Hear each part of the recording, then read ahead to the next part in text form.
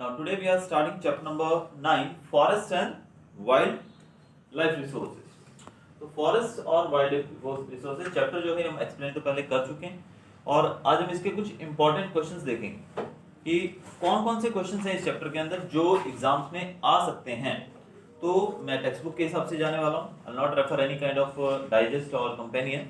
तो सबसे पहला क्वेश्चन जो इसमें इंपॉर्टेंट पूछा जाता है that is types of forest according to administration. तो पहला जो क्वेश्चन आपका यही रहेगा, types of forest according to administration. तो ये क्वेश्चन टू मार्क में आ सकता है।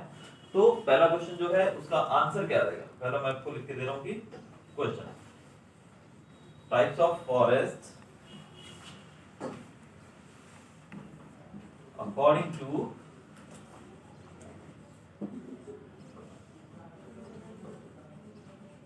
एडमिनिस्ट्रेशन। ठीक है, अब इसके आंसर में हम लोग जानते हैं कि 3 पॉइंट्स है हमारे। पहला पॉइंट है रिजर्व,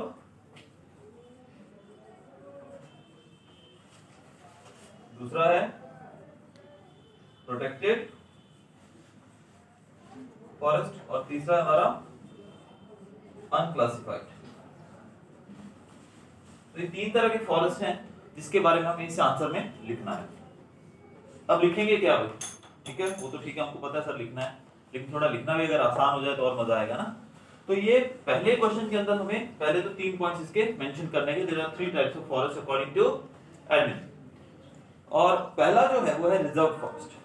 अब ऐसे फॉरेस्ट जो डायरेक्टली गवर्नमेंट के अंडर आते हैं, रिजर्व मतलब होता है आरक्षित और आरक्षण गवर्नमेंट करती है। तो ऐसे फॉरेस्ट जो डायरेक्टली गवर्नमेंट के अंडर आते हैं उनको कहा जाता है रिजर्व फॉरेस्ट।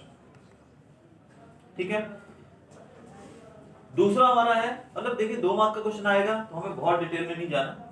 ठीक है, तो 3 पॉइंट ऑब्वियसली 3 पॉइंट जब लिखेंगे तो एक 2 लाइन भी लिखेंगे तो हमारा हाफ पेज हो जाएगा। दूसरा पॉइंट हमारा है प्रोटेक्टेड फॉरेस्ट। ये वो फॉरेस्ट है जिसको एडमिनिस्ट्रेशन लुक आउट करती है, यानी कि यहाँ पर लोकल लोग जो हैं उनको परमिशन दी जाती है अपने जानवरों को ग्रेज करने के लिए, हेल्प मतलब वहाँ पर ग्रेजिंग के लिए, चरने के लिए वो ले जा सकते हैं। वहां से लकड़ी अगर उनको लेनी है तो वो भी वो ले सकते हैं। तीसरा जो है अनक्लासिफाइड। अनक्लासिफाइड कौन सा है? ये फॉरेस्ट वो है जिनको अभी भी किसी कैटेगरी में शामिल नहीं किया गया। जैसे कि बोलते हैं ना, क्लासिफाइड मतलब बांटा हुआ, अनक्लासिफाइड मतलब जो अभी भी क्लासिफाइड, जिसको अभी भी बांटा नहीं गया, किसी भी ग्रुप में शामिल नहीं किया गया है। तो ये 3 तरह के फॉरेस्ट हैं जिसके बारे में आप एक 2 लाइन अगर लिखोगे, means this chapter I would prefer कि इसको आपको लर्न ही नहीं करना है। इस चैप्टर को आपको लर्न ही नहीं करना है, only you have to understand कि ये क्या है फॉरेस्ट। आप सब लोग फॉरेस्ट के बारे में बहुत अच्छे से जानते हो। हम लोग हर एक किताब के अंदर, भले वो सोशल साइंस हो, भले वो इंग्लिश हो, भले वो हमारी साइंस हो, भले वो हिंदी हो, गुजराती हो, हर एक चैप्टर, हर एक बुक के अंदर कोई ना कोई चैप्टर हमें रिलेटेड टू फॉरेस्ट मिलता है जिसमें हमें फॉरेस्ट के महत्व के बारे में बताया जाता है। तो यहाँ पर वही चैप्टर है हमारा कि फॉरेस्ट का महत्व। आपको ऐसे लिखने को आता है फॉरेस्ट के ऊपर ऐसे, तो ऐसे आप लोग कैसे लिखते हैं? आप लिखते हो फॉरेस्ट क्या है। अब फॉरेस्ट उन पेड़ों को, समूह को कहा जाता है जो अपने आप उगते हैं, जिनको हम नहीं उगाते हैं, फॉरेस्ट होते हैं। फिर उससे होने वाले हम फायदे लिखते हैं कि क्या क्या फायदे हैं, बहुत सारे फायदे हैं। फिर उससे हम किस प्रकार से नुकसान पहुंचा रहे हैं वो लिखते हैं कि हमारी वजह से वो कैसे नुकसान पहुंचा रहे हैं उसको। फिर हम लिखते हैं कि उसको कैसे बचाया जा सकता है। और फिर कंक्लूजन रहता है जिसमें हम लिखते हैं ओवरऑल हमारा आइडिया कि हमने जो अब तक लिखा उसके हिसाब से हमें क्या लगता है कि फॉरेस्ट हमारे लिए बहुत इंपॉर्टेंट है कि नहीं है, किस प्रकार से। तो हमारे जो कंक्लूजन, जो हमारे अंतिम विचार जो रहते हैं, निष्कर्ष जिसको कहते हैं, वो हम अंतिम में दे सकते हैं। तो इस तरीके से हम, वही चैप्टर है ये, इसमें कुछ नहीं पढ़ना है, बस एक छोटी सी जो रीडिंग जो मैं अभी समझा रहा हूँ थोड़ा सा वो ध्यान रखिए और थोड़ा अपना माइंड खुला रखिए। दूसरा क्वेश्चन इसी टाइप का रहेगा हमारा, forest according to ownership, administration and management. Now the classification of forest according to ownership, administration and management. The forests of India are classified into 3 types of forests on the basis of ownership, administration and management. तो हमारे forest को 3 हिस्सों में बांटा गया है, on the basis of ownership, फिर administration या फिर तीसरा हमारा management। तो इसमें भी 3 ही पॉइंट हमको लिखने हैं, स्टेट फॉरेस्ट, कम्युनल फॉरेस्ट और प्राइवेट फॉरेस्ट। अब स्टेट फॉरेस्ट कौन सा होता है? स्टेट का मतलब यहां पर बोला गया है सरकार। स्टेट मतलब क्या है यहां पर? सरकार। तो ऐसा फॉरेस्ट जो सरकार के पास, जिसकी देखभाल की जिम्मेदारी किसकी है? सरकार की है, उसको हम कहते हैं स्टेट फॉरेस्ट। और ज्यादातर जो फॉरेस्ट आज हमारे पास बचा हुआ है ना, वो स्टेट फॉरेस्ट ही है। आपने देखा होगा जगह जगह पेड़ों के ऊपर, पेड़ों को थोड़ा थोड़ा ऊपर, उसके ऊपर नंबर लिखे जाते हैं बहुत सारी जगहों पे, तो नंबर लिखे जाते हैं। उसकी जो छाल बार्क होती है, बार्क को हटाकर अंदर एक खांचा बनाकर उसके ऊपर नंबर लिखे जाते हैं, तो काउंटिंग की जाती है पेड़ों की। तो ये सब सरकार के द्वारा किया जाता है, ताकि नंबर ऑफ ट्री जो कि कम होते जा रहे हैं, वो कैसे उसको बढ़ाया जा सके, कि पता लगाया जा सके कि पेड़ और तो नहीं काटे जा रहे हैं।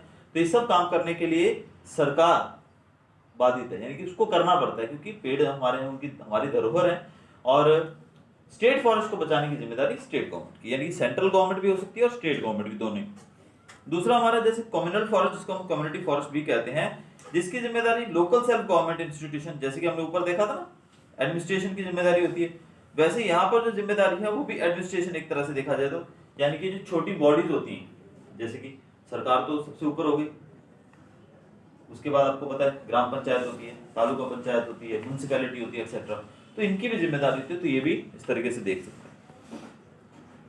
तीसरा है प्राइवेट फॉरेस्ट। अब प्राइवेट फॉरेस्ट क्या होता है भाई, ये मार्कर प्राइवेटली मेरा है, हाँ, तो मेरे से तुम लोग शेयर करना चाहो तो मेरी परमिशन के बिना कर सकते हो नहीं, इस पे किसका हक है, सिर्फ मेरा। अब मेरे को कोई भी सरकारी आदमी ये नहीं बोल सकता है कि ये पेन भाई इसको दे दो, मार्कर उसको दे दो, क्यों नहीं बोल सकता है, क्योंकि ये मेरा है, प्राइवेटली मैंने खरीदा पैसे देके, समझ रहे।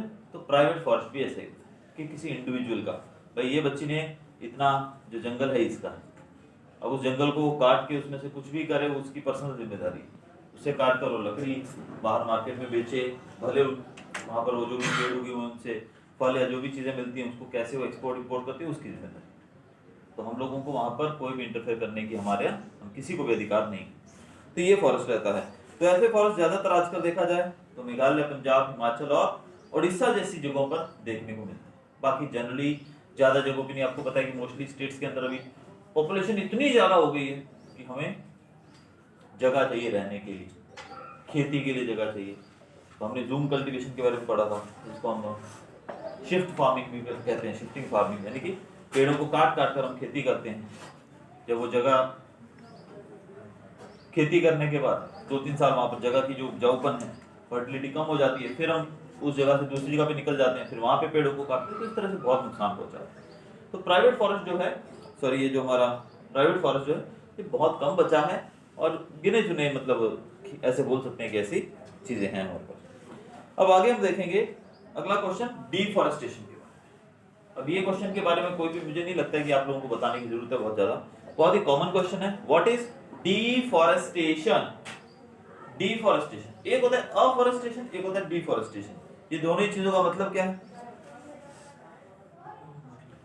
यहाँ पर डिफॉरेस्टेशन का मतलब है पेड़ों को काटना। तो डिफॉरेस्टेशन का मतलब आपको पता लग गया। अब डिफॉरेस्टेशन जो है वो कितनी बड़ी समस्या है हमारे सामने, न सिर्फ हमारे सामने, पूरे विश्व के सामने बहुत ही बड़ी समस्या है डिफॉरेस्टेशन की, कि हमारी बढ़ती डिमांड्स को पूरा करने के लिए हम पेड़ों को काटते जा रहे हैं। तो क्वेश्चन इसमें रिलेटेड कैसे आ सकता है? What is deforestation and right the effects of deforestation. What is deforestation? Write the effects of deforestation. Write the impacts of deforestation. या फिर what are the harmful effects of deforestation? यानी कि question देखो थोड़ा सा चेंज होके तो आ सकता है। ठीक है, डिफॉरेस्टेशन हमको पता लग गया कि पेड़ों को काटना, इसको हम डिफॉरेस्टेशन कहते हैं। अब इससे नुकसान क्या क्या होते हैं? तो सबसे पहली बात आपको पता है, ग्लोबल वार्मिंग।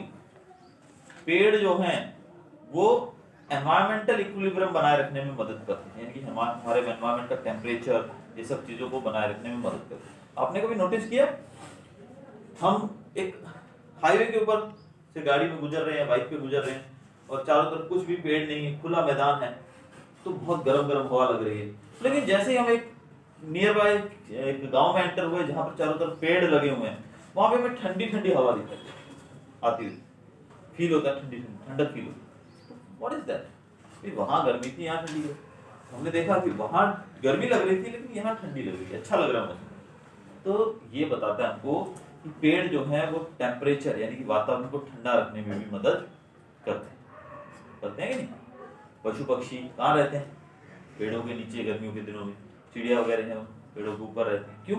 हमें भी जब हम कहीं जा रहे होते हैं, बहुत गर्मी है, थोड़ा सांस लेने के लिए रुकना, तो कहाँ रुकते हैं? हाईवे के बीच में बैठ जाते हैं ना। कहाँ रुकते हैं हम लोग? पेड़ के नीचे। देखते हैं घना सा पेड़ हो एकदम झुरमटदार, जिसमें बहुत छाया हो, उसके नीचे जाके हम थोड़ी देर आराम करेंगे। और मेरे ख्याल से वहां बैठते ही सबसे पहले हमारी जो चैन की सांस लेते हैं, तो ऐसा मतलब एक रिलैक्सेशन फीलिंग आता है। तो ग्लोबल वार्मिंग जो है उसको रोकने में सबसे पहले जो पेड़ हैं वो मदद करते हैं। तो एक जो चीज इसका प्रभाव जो पड़ता है सबसे ज्यादा, ग्रीन हाउस इफेक्ट बढ़ता है। अब ग्रीन हाउस इफेक्ट क्या है आपको बता दिया जाए। आपको पता है हमारा जो सूरज है उससे जो रोशनी आती है वो बहुत ही हार्मफुल है। अल्ट्रावायलेट रेज जो है बहुत हार्मफुल है। ये हमारी पृथ्वी है, दिस इज आवर अर्थ। अब यहां से आने वाली जो, दिस इज आवर एटमॉस्फेयर, ये जो डॉटेड लाइन आप देख रहे हैं दिस इज आवर एटमॉस्फेयर, ठीक है। दिस इज एटमॉस्फेयर, मैंने ए लिखा है, अर्थ के लिए ई, दिस इज आवर सन। अब हमारी किस तरीके से पृथ्वी के ऊपर सनलाइट रीच करती है, देखिए यहां से देखिए सीधी सनलाइट आती है, तो एटमॉस्फेयर में छनकर ओजोन लेयर भी है ना हमारी, हां ओजोन लेयर जिसका फार्मूला हम लोग लिखते हैं O3, तो ओजोन लेयर भी ऊपर है, तो वो जो है हार्मफुल रेज को छान लेती है। जैसे आप चाय बनाते हो, छन्नी से छान के चाय देते हो, कभी छन्नी थोड़ी टूटी हो नीचे से तो चाय पत्ती उसमें मिक्स हो जाती है, फिर पीते वक्त एंड में जब चाय पत्ती आती है तो हम थू थू थू ऐसे करने लगते हैं, मजा नहीं आएगा, पता ना। तो छन्नी की तरह ये जो ओजोन लेयर है ये छान कर अर्थ के ऊपर सनलाइट को भेजती है, यानी कि उसमें से हार्मफुल रेज जो है यूवी रेज उसको निकाल देती है, अल्ट्रावायलेट रेज को। तो ये जब छनकर नीचे धरती पे आती है तो यहाँ पर आने के बाद क्या होता है, ये अर्थ से रिफ्लेक्ट करती है टकराकर, और ये वापस से एटमॉस्फेयर में चली जाती है। इस तरीके से क्या होता है कि जो टेम्परेचर है ना धरती का वो बराबर बना रहता है, टकरा के वापस चली जाती है, अंदर ट्रैप नहीं होती। ठीक, अब इस कमरे के अंदर हम आग जलाएं और सब कुछ बंद कर दें एकदम, तो क्या होगा, अंदर का धुआं जो है पूरा भरता रहेगा, हमारा दम घुटने लगेगा। हम आग जलाएं लेकिन सब खिड़कियां खोल दें, गेट खोल दें, दरवाजा खोल दें, तो कुछ होगा ऐसा नहीं, हवा निकलती जाएगी बाहर। ठीक है, वैसे ही ये रेज यहां से टकरा के वापस चली जाए, तो इससे पृथ्वी के ऊपर टेम्परेचर जो है एवरेज बना रहता है जितना हमें चाहिए, एक्सेस नहीं होता, एक्सेस हीट नहीं होती। लेकिन कुछ गैसेस हैं जिनको हम कहते हैं ग्रीन हाउस गैसेस।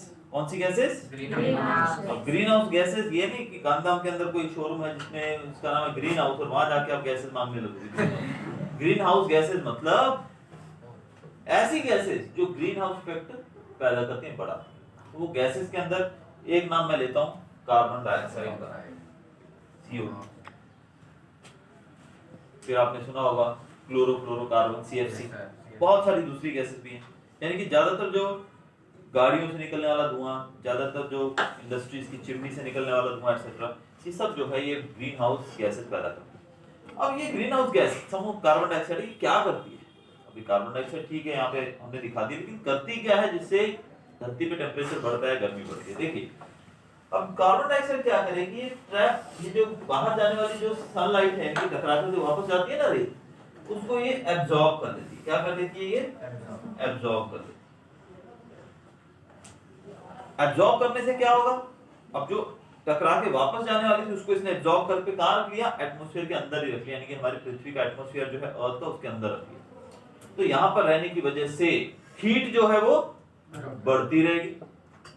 क्यों? क्योंकि इसने जो पहले बाहर जा रही थी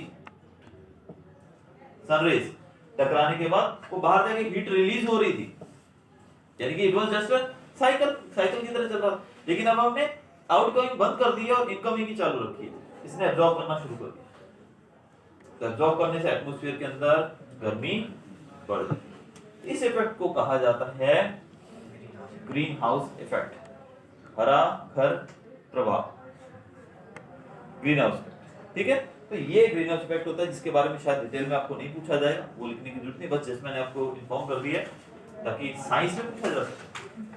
साइंस का चैप्टर 16-15 है जो, वहां पे एक क्वेश्चन आ सकता है, what is green house effect. ठीक है, तो यहाँ पर आप वो भी लिख सकते हैं। बाकी यहाँ भी आपको मैंने अंडरस्टैंडिंग के लिए बता दिया कि क्या होता है। तो फॉरेस्ट के कारण क्या होता है, डिफॉरेस्टेशन के कारण, तो वो हम चीजें देख रहे थे। तो पहला उसका प्रभाव मैं बता रहा हूं दोबारा से, what are the impacts of deforestation. Question हमारा वही है, क्वेश्चन आएगा what is deforestation, what are the harmful effects of deforestation. तो डिफॉरेस्टेशन क्या है वो आपको पता है कि पेड़ों की जो हम कटाई करते हैं उसको डिफॉरेस्टेशन कहा जाता है। अब उसके प्रभाव क्या है वो मैं गिनवा रहा हूं, आप लोग just keep your mind open और सुनना है बस, हमें याद नहीं करना, बाद में चैप्टर खोल के देखने की जरूरत ना पड़े हमें, ठीक है, उतनी अटेंशन से आप सुनिए। तो पहली चीज हम देखते हैं डिफॉरेस्टेशन से क्या होता है, कार्बन डाइऑक्साइड जैसी गैसों की मात्रा एटमॉस्फेयर के अंदर बढ़ती है, बताया ना मैंने, ये कार्बन डाइऑक्साइड की मात्रा इस पृथ्वी के ऊपर बढ़ जाएगी, और कार्बन डाइऑक्साइड की मात्रा बढ़ने से क्या होगा, ग्रीन हाउस इफेक्ट बढ़ जाएगा, यानी कि ज्यादा से ज्यादा हीट यहाँ पर ट्रैप हो जाएगी हमारे एटमॉस्फेयर में। धरती का टेम्परेचर क्यों बढ़ रहा है, ग्रीन हाउस इफेक्ट की वजह से। भाई ग्रैंडफादर से पूछिएगा, घरों में, चलो जनरेशन अभी चेंज है काफी, घरों में पंखे भी नहीं होते थे, ऐसा हाल होता था। When we used to go to the villages ना, जब हम अपने ग्रैंड पेरेंट्स को मिलने जाते थे गांव में, तो एक पंखा एक सिंगल होता था, तो ऐसे घूमता था कि उसके साथ साथ आदमी अपनी गर्दन घुमा ले, इतना धीरे धीरे घूमता था, slowly, and they used to make noise, little noise, थोड़ा सा नॉइज उसमें आता था, और ऐसे बस वैसे चलता, तो एक मन को तसल्ली होती चल रहा है, टाइम गर्मी नहीं होती थी, आंगन के अंदर बहुत सारे बेड्स बिछा लेने रात को, तो सो जाना, कभी पंखे की जरूरत नहीं पड़ती वो टाइम। फिर थोड़ा थोड़ा समय बदला, कूलर आ गए, पंखे से गाड़ी नहीं चलती थी, पंखे भी फुल चलने वाले आ गए, फिर पंखे भी थोड़ा फेल हो गए समझो, तो फिर कूलर्स आने लगे, फिर लोग रात को कूलर के अंदर पानी डाल कर, पता है ना वाटर कूलर आते हैं जैसे, वो पानी डालकर उसके सामने सोते थे, फिर सामने वाले को हवा आती थी, दूसरे वाले को नहीं आती थी। फिर छोटे बच्चों के बीच में, खासकर भाई बहनों के बीच में झगड़ा होता था कि आज कूलर के सामने कौन सोएगा, ये बचपन था हमारा, ठीक है। फिर कूलर्स में चलो एनी हाउ चल जाती थी गाड़ी, फिर धीरे धीरे क्या हुआ, कूलर भी फेल होने लगे, ह्यूमिडिटी बढ़ गई बहुत, आज आप कूलर चलाते हैं तो उसमें जो पानी निकलता है आपके एकदम घुटन सी होने लगेगी रूम के अंदर, ओपन में जरूर सो सकते हो, अदरवाइज दिक्कत होती है। और उसकी जो ठंडी हवा जो पानी फेंकता है वो सीधा उसके अंदर से पानी भी आता है, पता है, अगर पानी भी आता है तो वो नुकसान भी करता है। फिर अभी प्रेजेंट जनरेशन की बात करें, एसी के बिना बात ही नहीं होती,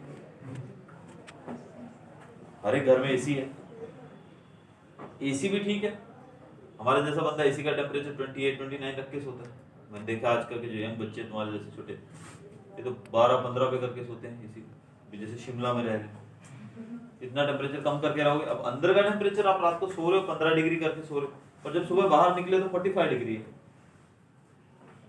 तो 30 डिग्री का जो गैप है टेम्परेचर के अंदर, वो तुम्हारी बॉडी कैसे झेलेगी, बीमार नहीं होगी, होगे ना, इसलिए तो ये ग्लोबल वार्मिंग का ही एक रिजल्ट। आगे देखते हैं, तो पहला पॉइंट हमने देखा, कार्बन डाइऑक्साइड की मात्रा बढ़ेगी और ग्रीन हाउस इफेक्ट उतना ज्यादा सीवियर होता जाएगा।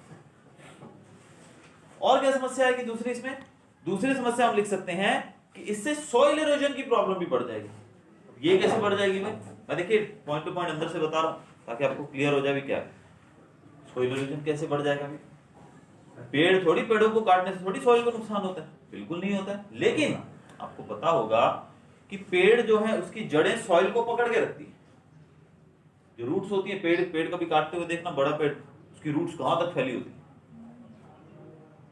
कभी कभी हमारे घरों के अंदर जो वाटर सप्लाई की पाइपलाइन आती है ना, बाहर रोड के ऊपर एक पेड़ लगा होता है और हमारे घर में पानी आना बंद हो जाता है, हम सोचते हैं क्या होगा, जब उसको खुदवा कर हम चेक करवाते हैं तो पता लगा उस पेड़ की रूट्स हैं हमारे उस पाइप के अंदर फंसी हुई थी, कैसे पहुंच गई वहां, ठीक है। तो ये क्या बताते हैं कि पेड़ों की रूट्स बहुत लंबी होती है, नीचे तक फैली होती है, तो ये मिट्टी को पकड़ के रखती है, मिट्टी को पकड़ के रखने की वजह से सॉइल इरोजन नहीं होता है। क्या नहीं होता है, सॉइल इरोजन। तो हमने 3 समस्याएं देखी, कार्बन डाइऑक्साइड की मात्रा बढ़ेगी, ग्लोबल वार्मिंग बढ़ेगी, सॉइल इरोजन बढ़ेगा। और सॉइल इरोजन बढ़ेगा तो fertility of soil will decrease. Upper layer होती है फर्टाइल, ऊपर की जो लेयर होती है ना सॉइल की, वो फर्टाइल होती है, जब वो बह जाएगी पानी मिट्टी के साथ, हवा के साथ वो बह जाएगी, तो ऊपर की लेयर चली गई, तो आप खेती के लायक नीचे की जमीन इतनी नहीं स्ट्रॉन्ग होती। तो जो अपर लेयर है वो बारिश आएगी, तेज हवा चलेगी तो वो बह जाएगी, तो जिससे फर्टिलिटी सॉइल की कम हो जाएगी, फार्म्स यानी कि खेतीबाड़ी पे भी असर पड़ेगा, ठीक है। अब आगे बात करें, पेड़ों के काटने से हमने 4 पॉइंट देख लिए, ये हमारी जीवन पर असर डालते हैं सबके सब। अब जंगलों में कौन रहते हैं? एनिमल्स रहते हैं। अब जब जंगल काट दोगे तो एनिमल कहाँ जाएंगे? कहाँ जाएंगे? सिटीज में आएंगे बेचारे। अभी रिसेंटली बहुत सारे वीडियोस आप न्यूज में देखिए, सड़क के ऊपर एक तेंदुआ घूमता दिखाई दे रहा था, एक शेर जो था वो दीवार के ऊपर ऐसे घूमता हुआ नॉर्मली दिखाई देता, शेर नहीं बागी। तो ये क्यों हमें सुनने को मिलती है ऐसी चीजें? एक जगह पर मैंने 2-3 दिन पहले सुना, एक तेंदुआ, एक इस टाइप का कोई प्राणी था, उसको लोगों ने पीट पीट के मार दिया। भाई ये हमारे शहर में घुस आया था। हम कभी ये तो नहीं बोलते कि हमारा शहर ही उनके घर में बसा दिया, हम लोग इन शेर चीतों के घर में घुसाएं, हम जानवरों के घर में घुसाएं। एक्चुअल में तो यही हुआ ना। ठीक है, हम सुपीरियर प्राणी हैं, हम इंसान है, इसलिए हमने उसको मार दिया बेजुबान जानवर। हम ये तो नहीं सोचते हैं कि भाई हमने पॉपुलेशन इतनी ज्यादा है कि भाई हम पेड़ों को काट काट उनके घर काटते जा रहे हैं और वहां जाके हम लोग अपने घर बना रहे हैं। ठीक है, तो एक समस्या से ये भी आती है कि जो ऑर्गेनिज्म, लिविंग ऑर्गेनिजम्स जो हैं, भले कोई भी हैं छोटे बड़े, वो अपना घर खोते जा रहे हैं। तो ये भी एक समस्या है। आज चिड़िया की चहचहाट बड़ी मुश्किल से सुनाई देती है। छोटी छोटी जो चिड़िया स्पैरोज बोलते हैं ना, जिनको कॉमन स्पैरो जो घरों में हमें देखने को मिलती है, वो कहाँ दिखती है? देखो बहुत कम दिखती है, पहले बहुत होती थी। तो ये सब चीजें बता रही हैं कि ऑर्गेनिज्म जो हैं, भले वो बर्ड्स हैं, एनिमल्स हैं, उनका घर जो है उनसे छिनता जा रहा है। तो ये समस्या हमारे सामने आ रही है। ठीक है, इसके अलावा जो जो जानवर हैं, जो जंगलों से भटक कर शहर की तरफ आ जाते हैं खाने की तलाश में, फिर वो हमारे डोमेस्टिक एनिमल्स, हमारी गाय भैंसे भेड़े बकरियां जो हैं, उसके ऊपर हमला कर देते हैं और उसके चक्कर में हम उन जानवरों को मार डालते हैं। तो ये प्रभाव हमने देखे कि किस प्रकार से 6-7 पॉइंट आप लोग आराम से इसमें लिख सकते हो, क्या क्या डिफॉरेस्टेशन के इम्पैक्ट्स है। तो मार्क्स में आएगा। आगे देखते हैं।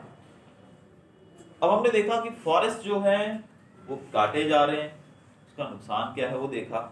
अब हम देखेंगे रेमेडीज के बारे में। ये क्वेश्चन आ सकता है, give some remedies for forest conservation, कि फॉरेस्ट को कंजर्व करने के लिए हम क्या करें। तो फॉरेस्ट को अगर हमें बचाना है तो क्या करेंगे? तो ऑब्वियस सी बात है कि जो चीजें हमने अभी तक देखी उन सब चीजों को अवॉइड करें तो शायद फर्क पड़ जाए। जैसे कि इसमें भी हम पहला पॉइंट देखते हैं। सबसे पहला चीज जो हमारे यहाँ पर ये रहती है बात कि जो पेड़ पौधे हैं, पेड़ जो है खासकर, उनको हम काटते हैं खासकर जलाने के पर्पज से। जलाने के पर्पज से काटा जाता है। आपने देखा होगा जगह जगह आज भी काफी जगहों पे वुड का यूज किया जाता है। सर्दी के दिनों में तो खासकर जगह जगह लोग हाथ सेकते हुए पाए जाएंगे। क्या जलाते हैं? लकड़ी जलाते हैं, तो पेट्रोल थोड़ी जलाते हैं। जगह जगह हमने देखा कि घरों में खाना जो उसी पे बनाया जाता है। आज भी बहुत सारी जगह है ऐसी, बहुत सारे गाँव में चले जाओ तो यही सब है, होता है ना। तो सबसे पहली चीज हमें वुड का अल्टरनेटिव सोर्स ढूंढना चाहिए एज अ फ्यूल देखा जाए। यानी कि लकड़ी की जगह हम क्या यूज कर सकते हैं उसके ऊपर हमें काम करना चाहिए। यानी कि रिसर्च करनी चाहिए कि भी लकड़ी जो है उससे भी कोई बेटर चीज हमको मिल जाए जिसको हम यूज कर सकें एज अ फ्यूल जलाने के लिए, राइट। अब जैसे एलपीजी की बात की जाए, अब इस बार सुनने में आया जैसे कि बहुत बार कि हर एक घर में सिलेंडर पहुंच चुका है। ठीक है, सिलेंडर तो पहुंच गया है, उससे कोई गलत नहीं, बहुत अच्छी बात है, हर घर में सिलेंडर पहुंच गया, लेकिन उसका भाव भी दुगना हो चुका है, तिगुना हो चुका है। ये कंसर्न वाली बात। मार्केट के अंदर सोना तो बहुत मिल रहा है लेकिन अफोर्डेबल रेट में नहीं है। मार्केट के अंदर प्याज तो बहुत मिल रहे हैं लेकिन भाव 3 गुना 4 गुना हो चुका है। जाओ सब्जी मार्केट के अंदर, दुनिया भर की सब्जियां आपको भाई ट्रक भर के चाहिए तो ट्रक भी मिल जाएगा सब्जी का, लेकिन भाव 2 गुना से 3 गुना। कृषि प्रधान देश है भारत, दालें बहुत हैं, पल्सेस बहुत हैं, चीनी बहुत है भारत के अंदर, लेकिन दाम 2 गुना 3 गुना हो चुका है। तो समस्या हुआ। तो फ्यूल के तौर पे जो वुड हम लोग जलाते हैं, पहले हमें उसका अल्टरनेटिव ढूंढना पड़ेगा कि हम उसकी जगह पर क्या यूज कर सकते हैं। दूसरा, जो हम डेवलपमेंट वर्क के लिए पेड़ों को काटते हैं, पहला पॉइंट हमने क्या देखा कि वुड का अल्टरनेटिव ढूंढ लेंगे तो वुड कम जलाएंगे हम और उसके अल्टरनेटिव चीज को ज्यादा जलाएंगे। ठीक है, तो ये समस्या हमारी सॉल्व हो जाएगी रिसर्च वर्क से।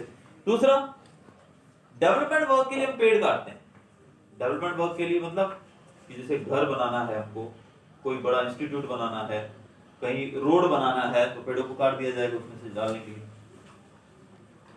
रेलवे कोचेस बनाए जाते हैं, उनके अंदर भी लकड़ी का यूज होता है। लकड़ी को काटकर हम फर्नीचर घरों में यूज करते हैं। फिर रहने के लिए घर चाहिए हमको, पॉपुलेशन बढ़ती जा रही है। देखा ना, पहले सोसाइटीज जो थी एक पर्टिकुलर इतनी जगह पे शहर बसा हुआ था, तो जहाँ जंगल था वहां सोसाइटीज बनती जा रही है ओपन प्लेसेस के अंदर। तो ये सब चीजें बता रही है कि डेवलपमेंट वर्क के लिए हम पेड़ों को काटते जा रहे हैं। तो पहला तो हमने देखा कि वुड का अल्टरनेटिव ढूंढ लो। दूसरा, डेवलपमेंट वर्क के लिए जब हम पेड़ों को काटते हैं तो जिस पेड़ को काटा गया है उतने ही हम दूसरे पेड़ लगा दें दूसरी जगह पर। बहुत जमीन पड़ी है भारत के अंदर खाली, जो पेड़ आसानी से हो सकते हैं उन पेड़ों को आप जहां पर जो काटे हैं आपने सेम स्पीशीज के या अदर स्पीशीज के भी हो तो लेकिन दूसरी जगह पर उतने एक्स्ट्रा प्लांट कर दो।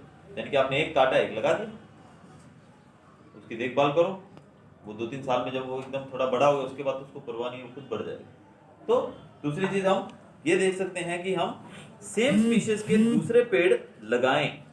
जब हम किसी एक पर्टिकुलर तरह के पेड़ों को काटते हैं तो सेम स्पीशीज के दूसरे पेड़ हमें उतने लगा देने चाहिए, क्योंकि देखो डेवलपमेंट तो नहीं रोक सकते ना हम लोग।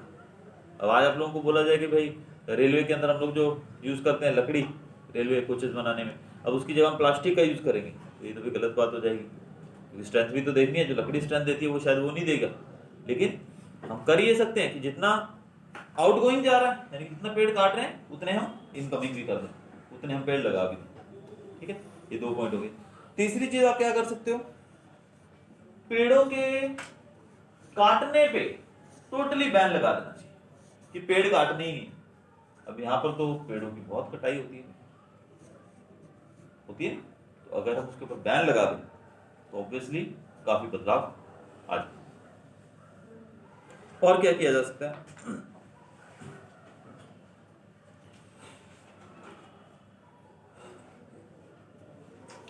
बहुत सारी इंडस्ट्रीज ऐसी हैं जो रॉ मटेरियल पेड़ों से लेती हैं। जैसे कि फर्नीचर इंडस्ट्री ले लो, स्पेशली फर्नीचर इंडस्ट्री किस पे बेस्ड है, टोटली ट्रीज पे बेस्ड है, वुड के ऊपर।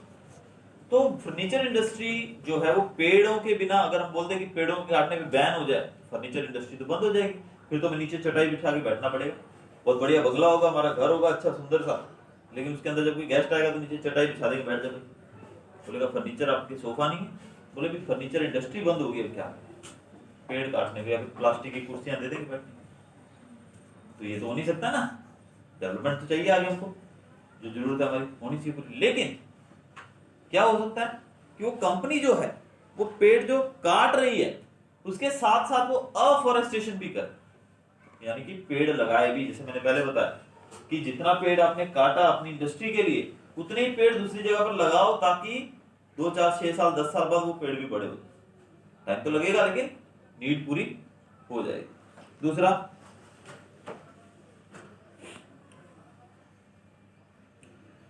इंपॉर्टेंट चीज सबसे, लोगों को जागरूक करना। जब तक हम लोग जागरूक नहीं होंगे तब तक कुछ नहीं हो सकता है। We are the owners of a very rich culture. हमने पढ़ा ना 1 से 7 चैप्टर जो हमारे सोशल साइंस के हैं, they are related to our heritage and culture. हमारा कल्चर और हेरिटेज बहुत ही ज्यादा सर्वोच्च कोटि का हम कहेंगे, बहुत हाई लेवल का। दुनिया में ऐसा कोई देश नहीं है भारत जैसा, ऐसा कोई मुल्क नहीं है भारत जैसा, लेकिन हमारी वजह से ये सब बर्बाद होता है, बिकॉज ऑफ अस ओनली। तो सबसे पहले हमें जागरूक होना पड़ेगा कि भाई ये चीज मेरी है इसलिए मैं इसको बचा रहा हूं, ये चीज किसकी है, मेरी है भी, मैं इसलिए इसकी सेफ्टी रख रहा हूं।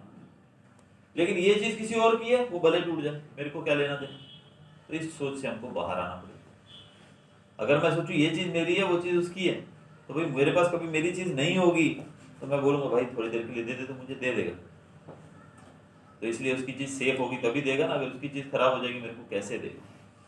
कि हमारी सोच कैसी रहती है कि हम सोचते हैं कि भाई मेरी चीज है, मैंने साइकिल नहीं खरीदी तो उसको तो मैं ऐसे गले से लगा के रखूंगा, लेकिन बाजू में मेरे दोस्त की साइकिल खड़ी है, उसको लात मार के गिरा दिया, उसमें स्क्रैच आए टूटे कुछ भी, मेरे को कुछ नहीं था। क्यों? क्योंकि ये चीज मेरी है और वो उसकी है। तो ये भावना हमारे अंदर नहीं होनी चाहिए। तो ये भावना डिफॉरेस्टेशन में कैसे काम आएगी कि हमें एक चीज देखनी है कि पेड़ जो है ये हमारी धरोहर है भाई। अब मैं भी आई एम टीचर, तो मेरा पेड़ों से कुछ लेना देना नहीं है, मेरे इंडस्ट्री से नहीं जुड़ा हुआ पेड़ों की। मुझे तो घर में थोड़ा फर्नीचर करवाना होगा, एक दो सोफा वगैरह ये चीजें होंगी घर पे, बस इससे ज्यादा तो मेरी कोई नीड नहीं है ना। कोई मेरे को लकड़ी थोड़ी चाहिए किसी को, समझ रहे हो? तो मेरा कोई पेड़ों से बहुत, मेरे ख्याल से ज्यादातर लोगों का नहीं, पेड़ों से किसको ज्यादा, फर्नीचर इंडस्ट्री वालों को लो, या ऐसी इंडस्ट्री जो टोटली फॉरेस्ट प्रोडक्ट्स पे बेस्ड है, उनको दिक्कत पड़ेगी, मुझे थोड़ी पड़ेगी। लेकिन as a citizen of India, as a responsible citizen of India, it is my responsibility कि मुझे पेड़ों को खुद भी काटने से बचना चाहिए, और बच्चों को, जैसे मैं आप लोगों को बता रहा हूँ, अब ये टॉपिक इतना लंबा नहीं है जितना मैं कर रहा हूँ, ये बताने का मतलब ये कि एटलीस्ट हमें ये पता लगे कि पेड़ जो है वो हमारे लिए कितने हैं। तो ये चीज़ है कि पब्लिक अवेयरनेस प्रोग्राम चलाए जाने चाहिए ताकि लोगों को पेड़ों के महत्व के बारे में जानकारी दी जा सके। आगे देख सकते हैं। अब एक चीज आपको पता है कि चिल्ड्रन, आप लोग जो देश का भविष्य, अब अंधकार में भविष्य चाहिए हमको कि एक ब्राइट फ्यूचर चाहिए, वो किसके ऊपर डिपेंड करता है? आप लोगों पे और हमारे ऊपर। अब मैं जो चीज बोलता हूँ मेरे बच्चे वो चीजें सुनते हैं, बहुत सारे बच्चों पर बहुत इम्पैक्ट भी पड़ता है, बहुत सारे बच्चे इससे बदलेंगे भी। आज बहुत मस्ती मजाक होता है क्लास के अंदर, भी नो बचपन है, हमने भी किया, हमने नहीं किया ऐसा नहीं है, हम डायरेक्ट इतने बड़े समझदार नहीं हो गए, हम भी यहीं से निकल के आए हैं, हम भी मस्तियां करते थे, बहुत करते, लेकिन वो एक डिफरेंट चीज है, एक रिस्पॉन्सिबल सिटीजन बनना रहे, समझ रहे हो?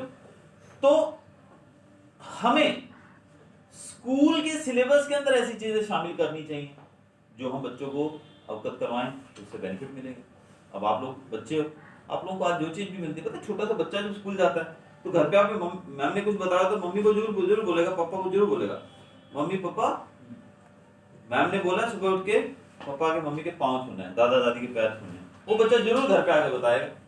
क्यों बताएगा?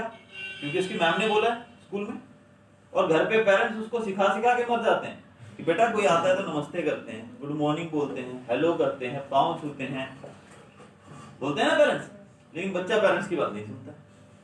लेकिन वही चीज जब स्कूल से टीचर बोल देती है, टीचर ने बोला कि खाना खाने से पहले हाथ जरूर वॉश करने हैं और खाना खाने के बाद भी करने हैं, बच्चा पहले हाथ वॉश करेगा और खाना खाने के बाद भी करेगा।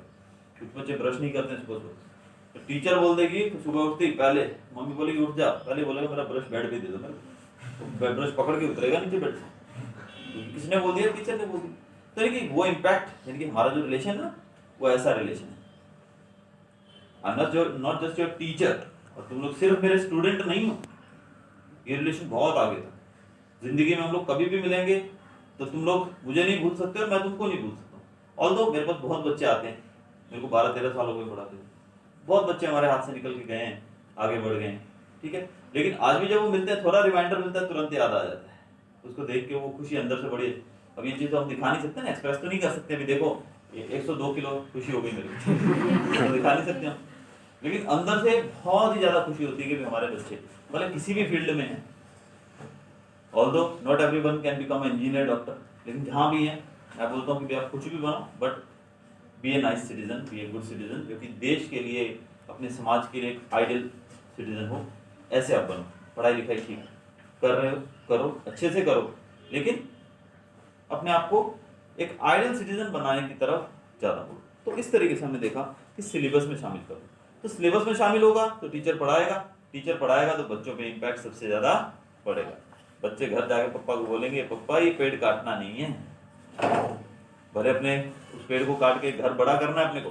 बच्चा बोले नहीं पापा इस पेड़ को काटना ही नहीं है, क्यों? सर ने बोला, सर ने बोल दिया पत्थर पे लकीर होगी, अभी नहीं करते हैं पेड़, बच्चे ने बोल दिया तो पापा वो भी नहीं काटेंगे, बोल दिया, ठीक है। तो सिलेबस में शामिल किया जाए ताकि बच्चों को अवगत करवाया जा सके इनके बेटर बेनिफिट से। आगे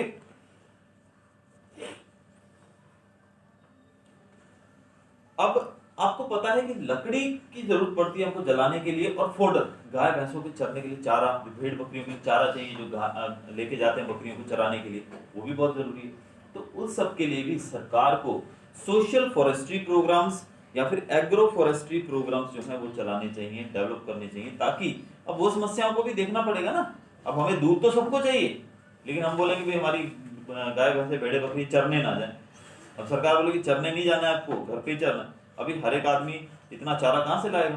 तो ओपन मैदानों के अंदर जो घास होती है वो किसकी है? वो ऊपर वाले ने घास उगाई है।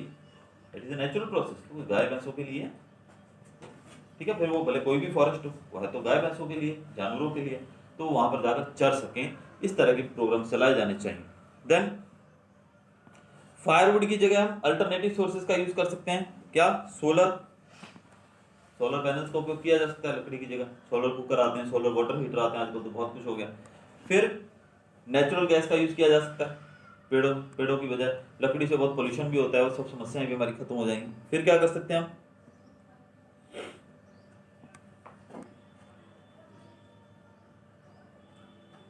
फॉरेस्ट फायर को रोका जा सकता है। फॉरेस्ट डैमेज कैसे होता है? फॉरेस्ट फायर से भी होता है ना, बहुत बड़ा हिस्सा हर साल हमारे जंगलों का बहुत बड़ा हिस्सा आग लगने से नष्ट हो जाता है। तो अगर हम देखें तो उसको भी रोक सकते हैं, फॉरेस्ट फायर को जितना हो सके। रोक तो वैसे नहीं सकते, लेकिन कंटिन्यूस अगर वहां पे पेट्रोलिंग करें तो हमें जल्द पता लग जाएगा कि वहां पे आग लगी है, तो उसको जल्दी काबू पाया जा सकता है। लेकिन अभी वहां आग लगी और हमको पता ही नहीं है, वो आग बढ़कर बहुत लंबे एरिया में फैल गई, फिर पता लगा, फिर तब तक वो बेकाबू हो जाती है, तब तक बहुत नुकसान होता है। तो फॉरेस्ट फायर को रोका जाना चाहिए। और क्या कर सकते हैं हम लोग? अनहेल्दी ट्रीज, आपको पता है कुछ पेड़ ऐसे होते हैं जो भी अनहेल्दी है, जो बिल्कुल बंजर हो चुके हैं, तो उन पेड़ों को हमें काट देना। जो बिल्कुल खत्म हो चुके हैं, वो दूसरों की ग्रोथ को भी नुकसान पहुंचाते हैं। पता है ना, एक खराब सेब जो है वो दूसरे सेब को गंदा कर देता है, वैसे तो उसको हमें निकाल देना चाहिए।